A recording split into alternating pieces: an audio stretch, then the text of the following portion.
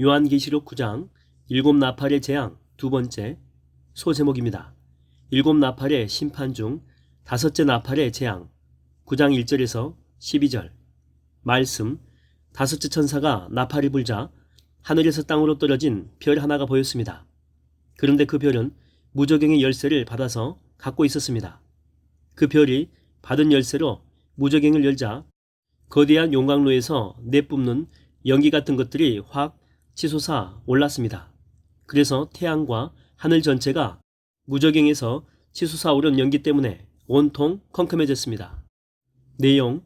하늘에서 떨어진 별은 타락한 천사장으로 곧 사탄을 가리킨다. 그는 교만한 마음으로 하나님께 대적하다가 오래전에 땅으로 이미 떨어진 쫓겨난 자다. 그 자는 최후 심판의 날에 영원한 불못인 지옥에 떨어지기 전까지 밑바닥 없는 깊디 깊은 구덩이에 임시로 갇혔는데 그곳이 바로 무저갱이다. 하지만 세상 종말에 다섯째 천사의 나팔 소리가 울릴 때 사탄은 하나님께 무저갱 열쇠를 받아 무저갱을 열고 밖으로 나올 수 있게 되었다. 하나님의 용인하에 일정 기간 동안 세상에서 활동할 수 있게 된 것이다. 사탄이 무저갱을 열 때에 거대한 용광로에서 내뿜는 것 같은 엄청난 연기가 확 치솟아 올랐는데 그 시커먼 연기로 인해 태양이 가려져 하늘이 온통 컴컴하게 되었다. 성도들이 드리는 향연이 하늘 보좌를 감동시키는 것과는 반대로 무저갱의 연기는 빛을 가려 세상에 어두움을 가져다 주었다. 말씀. 그리고 그 연기 속에서 거대한 메뚜기 떼가 나와 온 땅에 퍼졌는데 그것들에게는 정갈처럼 사람을 쏘아 죽이는 강력한 독의 권세가 주어져 있었습니다. 그런 메뚜기 떼에게 명령이 주어졌는데 그것은 땅에 있는 풀이나 푸성귀나 나무들은 하나도 해치지 말고 오직 이마에 하나님의 도장이 찍히지 않는 사람들만 공격해서 해치라는 것이었습니다. 그러나 사람들을 죽이지는 말고 다만 5달 동안 괴롭히기만 하라는 명령이었습니다. 그래서 메뚜기들이 사람을 쏘면 아주 격렬한 고통을 당했는데 그것은 마치 정갈하게 쏘인 것 같은 고통이었습니다. 그렇게 5달 동안 메뚜기들에게 고통을 겪는 동안에 사람들은 차라리 죽이려고 했었지만 죽을 수조차 없었습니다. 아무리 죽으려고 했어도 죽음이 멀리 피해 달아났기 때문입니다. 내용. 사탄이 무저갱을 열고 밖으로 나올 때 엄청난 연기가 치솟아 올랐는데 그 연기 속에는 거대한 메뚜기 떼가 있어 순식간에 그 메뚜기 떼들이 온 땅 위에 퍼져나갔다. 사탄의 하수인들인 그 메뚜기들은 아주 강력했고 엄청 무시무시하게 생겼는데 무엇보다도 사막의 정갈같이 꼬리에 사람을 죽일 수 있는 치명적인 독침을 가지고 있었다. 하지만 메뚜기 떼는 무질서하게 제멋대로 움직이지 않았고 사탄의 명령에 따라 일사불란하게 움직였는데 그들에게 주어진 명령은 이러했다. 첫째, 땅에 있는 풀이나 푸성귀나 나무들을 갉아먹는 메뚜기의 일반적인 속성과는 달리 그런 것들을 일체 해하지 말 것. 둘째, 이마에 하나님의 도장이 찍히지 않는 사람들, 곧 하나님께 속하지 않는 불신자들만 공격해서 해칠 것. 셋째, 불신자들을 해치되 죽이지는 말고 5달 동안 괴롭히기만 할 것. 5달은 일반적으로 메뚜기의 활동과 생존 기간인 5월부터 9월까지를 말하는데 여기서는 한정된 일정 기간을 뜻하는 말이다. 메뚜기 떼의 공격을 받아 그 강렬한 독침에 쏘인 불신자들은 극한 고통에 시달렸다. 견디기 힘들 정도로 너무나 괴롭고 고통스러워서 차라리 죽으려 했었지만 죽을 수조차 없었다. 죽음이 독침 쏘인 불신자들을 피해 멀리 달아났기 때문이다. 그들에겐 죽음조차 사치요 복이었다. 그런 고통이 5달 동안 곧 일정한 기간 동안 지속되었다. 고통으로 부르짖는 절규와 비명이 온 땅에 가득 찼다. 말씀. 내가 보니 메뚜기들의 모양은 마치 전쟁 준비를 끝낸 말들과 같았습니다. 머리에는 금관 같은 것을 쓰고 얼굴은 사람의 얼굴처럼 생겼습니다. 또 여자의 머리털 같은 긴 머리털을 늘어뜨리고 있었고 사자처럼 날카로운 이빨을 드러내고 있었습니다. 가슴에는 쇠로 된 방패막이 같은 것을 둘렀고 그들의 날개 소리는 마치 싸움터로 힘차게 달려가는 많은 말들이 이끄는 전차 부대의 요란한 진동소리 같았습니다. 그것들은 정갈처럼 꼬리와 침을 가지고 있었는데 꼬리에는 5달 동안 사람을 쏘아서 고통을 줄 수 있는 힘을 갖고 있었습니다. 내용, 무저갱의 거대한 용기 속에 섞여 밖으로 올라온 메뚜기 떼들의 모양이 구체적으로 묘사되었다.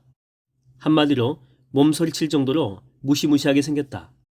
몸은 전쟁용 군마 같고 머리에는 금관 같은 것을 쓰고 있었으며 얼굴은 사람의 얼굴 같았고 머리털은 여자의 긴 머리털 같았으며 이빨은 사자의 날카로운 이빨 같았고 가슴은 쇠로 된 방패막이 같은 것들로 둘러졌으며 날개 소리는 지축을 흔들며 전쟁터로 세차게 달려가는 전차부대의 진동소리 같았고 꼬리에는 사막의 정갈처럼 치명적인 독침을 갖고 있었기 때문이다. 말씀, 메뚜기들은 또 무저갱의 사자를 자기들의 왕으로 삼고 있었는데 그 무저갱의 사자 이름은 히브리어로는 아바돈이라고 하고 헬라어로는 아볼론입니다. 이렇게 해서 첫째 재앙은 지나갔지만 아직도 2가지 재앙이 더 남아 있었습니다. 내용, 메뚜기들의 왕인 무저갱의 사자는 곧 귀신들의 왕인 사탄, 마귀를 가리킨다. 메뚜기 떼는 사탄의 수하 세력들 중에 일부다. 무저갱의 사자인 사탄은 히브리어로는 아바돈 또는 헬라어로 아볼루온이라고 하는 별명을 갖고 있는데 그 뜻은 공의, 파괴자 또는 멸망시키는 자다. 이 같은 사탄의 별명은 창조와 생명의 하나님과는 완전히 반대되는 속성을 지녔음을 보여준다. 7 나팔의 재앙 가운데 전반부 4 재앙은 이미 지나갔고 남아있는 후반부의 세 재앙 가운데서 5째 나팔 소리와 함께 첫째 재앙이 막 지나갔기 때문에 이제는 2가지 재앙, 다시 말하면 6째 나팔 재앙과 7째 나팔 재앙만이 남아있었다. 소 제목입니다. 7 나팔의 심판 중 6째 나팔의 재앙 9장 13절에서 21절 말씀 6째 천사가 나팔을 불자 나는 하나님의 보좌 앞에 있는 금제단의 내 귀퉁이에 있는 뿔에서 울려나오는 음성을 들었습니다. 그 음성이 나팔을 가진 6째 천사에게 명령하기를 큰 강 유프라테스에 매여있는 4 천사를 풀어주어라 하니 마침내 4 천사가 풀려났습니다. 그 천사들은 미리 정해진 그해, 그달, 그날, 그 시각에 맞춰 땅 위 사람의 3분의 1을 죽이기로 준비된 천사들이었습니다. 내용, 하나님의 보좌 앞에 있는 금제단은 땅의 성도들의 기도가 담겨있는 금향료가 놓여있는 금향단을 가리킨다. 그리고 그 금제단 4 귀퉁이의 4 뿔은 온 사방에 편만한 하나님의 영광스러운 권능을 나타낸다. 그러한 권능의 음성으로 하나님께서는 6째 천사에게 큰 강 유프라테스에 매여있는 4 천사를 풀어주어라 하고 명령하셨다. 유프라테스 강은 이스라엘의 동쪽 국경에 위치하고 있는데 일찍이 에덴 동산에서 흘러나오는 강의 하나로 소개되기도 했다.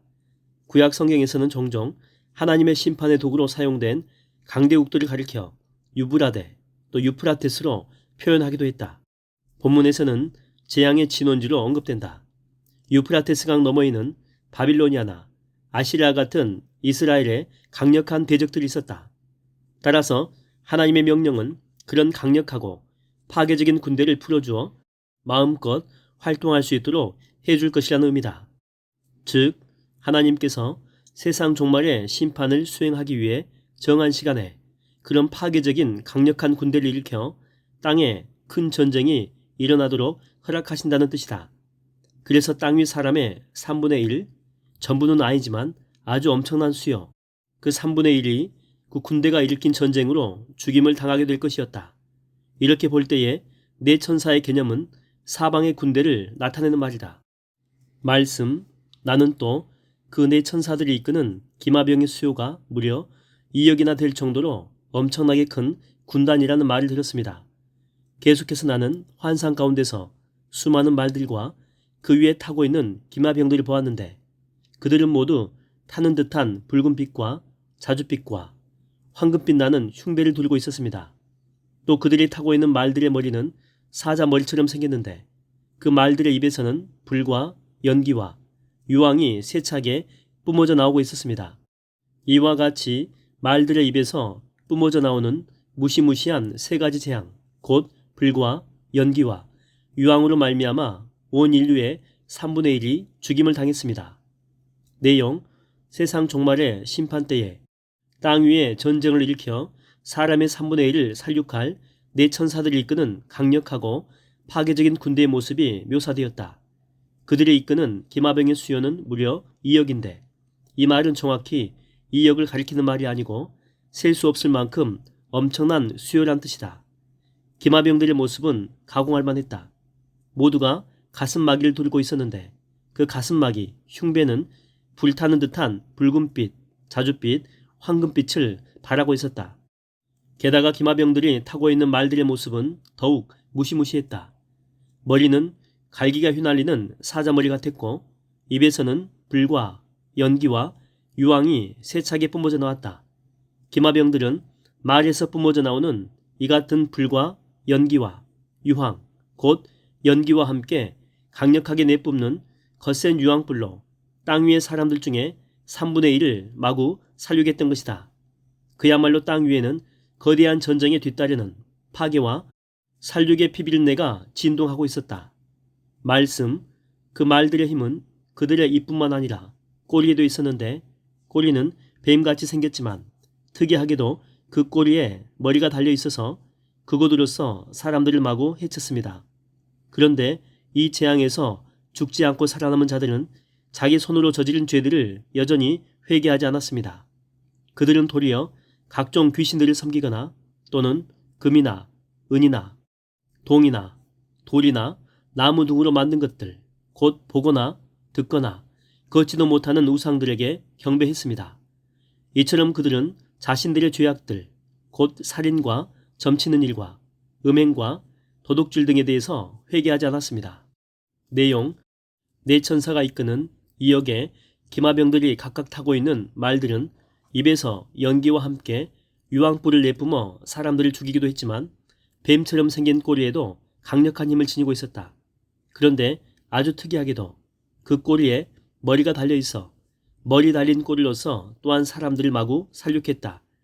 무시무시하게 생긴 말들에 의해 마구 짓밟히고 살해당하는 처참한 광경이 연출되었다.